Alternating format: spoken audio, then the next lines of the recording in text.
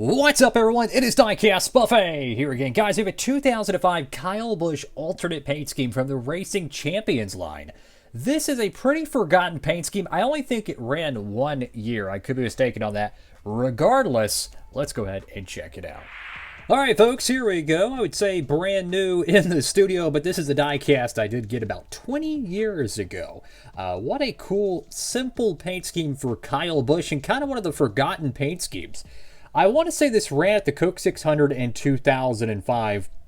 I could be mistaken on that. And I want to say this paint scheme is on Nascar 2006, NASCAR 06. I'm not 100% sure. But I remember a paint scheme similar to this that was on there. So it's literally a gloss black paint job with, yellow highlights and then the Carquest branding to it.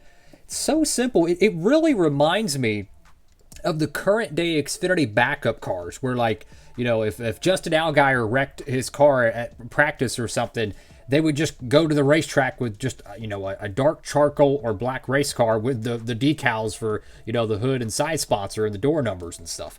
That's literally what this reminds me of. But this is a Cup Series paint scheme. This is not even a Xfinity paint scheme. And the wheels are pretty goofy on this car. Yes, it's used, but I've seen this with a lot of Racing Champions diecasts. Their axles, I don't know what they were thinking. I get it, you got to save, material cost, but man, this one does not like to roll right. I mean, look how jacked up the wheels look here.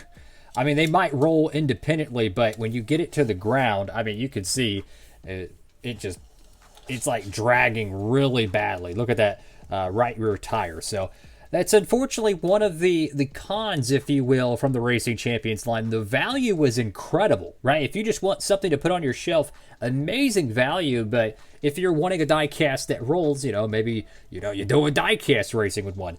Unfortunately, these are not the go-to.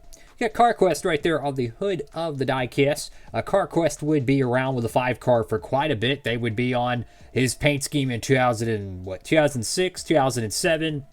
They were on the cars, I think, for Casey Mears as well in 2008. And then naturally, they were on Mark Martin's car in 2009 and 2010. So that was a pretty long-term partnership. Got the number 5 right there with those metallic headlights. Those are really, really cool. Got, Hendrick Motorsports right there. Got a couple of paint chips. This was not a heavily used car, as you can see from the gloss on the front.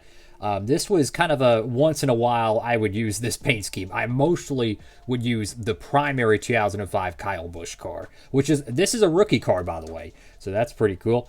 Got Goodyear Gatorback Move, Comp, Clevite, Edelbrock, and Sunoco. You can see some pretty gnarly paint chips on the lower front valence right there. Go to the left side of the diecast. You can see some scrapage on the left side. So it kind of looks like a raced version because the Racing Champions clear coat, it would scrape very easily. Like if you took this car and you scraped it against a piece of wood or something a little abrasive, the whole side of this car is going to look so much like a real raced version diecast. So that's a benefit, in my opinion, because if you want to, customize it, you could. But if you're talking about durability over the long term, that could be a little bit of a nuance. But I will say, though, unlike some of the early 2000s Racing Champions cars, I don't see any decal cracking on this. And it kind of makes me wonder, did somewhere around 2003, 04, and 5, did they possibly change maybe their manufacturing quality? Maybe they let their cars, I don't know, cure a little bit longer. Maybe they didn't use a certain type of ink or whatever it is. Because I'm noticing from the cars in my collection, a lot of them were from like 04 and 05, and the quality is actually really good in terms of the decals. Like, I don't see any cracking to it. And I've gotten so many different Racing Champions diecasts. You've seen them on the channel, and they're roached. So, I don't know. I'm assuming maybe they did try to improve it down the road. And they weren't decal cracking back then. They had no idea. It took about 15 years. Got Nextel Cup Series there. A couple of missing contingencies, which is probably the Bud Pole Award and maybe another sponsorship. Got Goodyear, NASCAR Race Car, USG, Rebestos, MB&A, EA Sports, Mac Tools, 3M Holly, Mechanics Work, Gillette Mach 3, I think that's what it is, Autometer, and Wix. Like the little arrow right there on the little yellow side skirt. That's pretty cool. Got the Bone Marrow program there. B-Post, Quaker State. Got the Kyle Busch signature. Carquest, GMAC, Kellogg's. Go to the back panel of the diecast. And yes, the spoiler is two-tone. So one side has the yellow, and the rear panel just has the top portion. So that's a nice little touch. Get the rookie tape on the back end of that car, which I'm just saying, the back bumper of a Gen 4 stock car is just so iconic, man. Maybe it's because I've played thousands of hours of, NASCAR video gaming. I mean, look at that wheel. This is what I'm talking about with Racing Champions Diecast. I mean, this thing looks like a freaking lowrider, man. That thing's crazy. That's cool. Got Quaker State right there, number 5. Got your Chevrolet bow tie. And you go to the right side of the diecast. Again, you can see a little bit more of that scrapage. If this diecast was doing, Duralast Cup Series racing, which it did back then, not much, because it was kind of an alternate paint scheme I wouldn't use a lot. But this would be the area of the car that would touch the wall of the racetrack.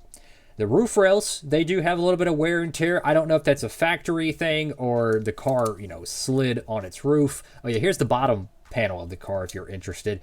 It's different. It's not a traditional racing, or not racing, but a winter circle diecast. Here's a comparison to a 2003 Michael Waltrip Aaron's Cat in the Hat car. But you can see the bottom of the car is pretty similar, except the winter circle one just has a lot more depth, right? A lot more detail, but not a far cry, to be honest with you. I like the little detail right here. I think that kind of looks cool. A little pop rivet spring, whatever the biff that is. But definitely like the Action Winter Circle one more, but not a far cry in terms of quality. I got to give them, props to that. These do have the printed window detail, which is nice, and then you have Carquest on the deck lid of the diecast. So, I'm not sure how rare this car is. I don't think it is, because Racing Champions made a megalodon of them. The Kyle Busch, Jimmy Johnson in 2005, they made a megalodon of them. The Terry Labonte ones, they made so many of them, guys. They made so many of them. But there is a few Kyle Busch cars from like 05 I would love to have. One of them is his 2005 primary, but it's on the Action Winter Circle mold. I want that diecast so bad. One of my little things I love about collecting is getting the action version of the, just normal paint schemes. Like Brian Vickers, I never knew this, right? I never knew this. But they actually made his primary car for, I think, 2005 or 2004. I think it was 2005 in the Action Winter Circle line. I never knew that. I have two Brian Vickers Hendrick cars from 04 and 05. And I was like, okay, they're only on the Racing Champions build. When I saw that they made a Brian Vickers Action Winter Circle, I was shocked.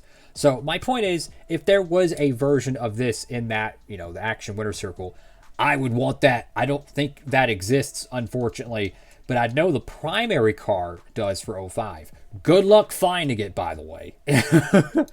Thank you all for watching the video. Make sure to like, comment, and subscribe. And yes, the window's a little bit loose right there. That is unfortunate. I don't want to break this diecast because this metal is pretty thin. But yeah, that's all for now. Like, comment, and subscribe. And for all your new diecast shopping needs, make sure to head over to Circle B Diecast. Use promo code Diecastbuffet. You could save on shipping over there. They do have some older diecasts too. Tap in, check them out. That's all for now. Diecastbuffet. Have a blessed one. Signing off.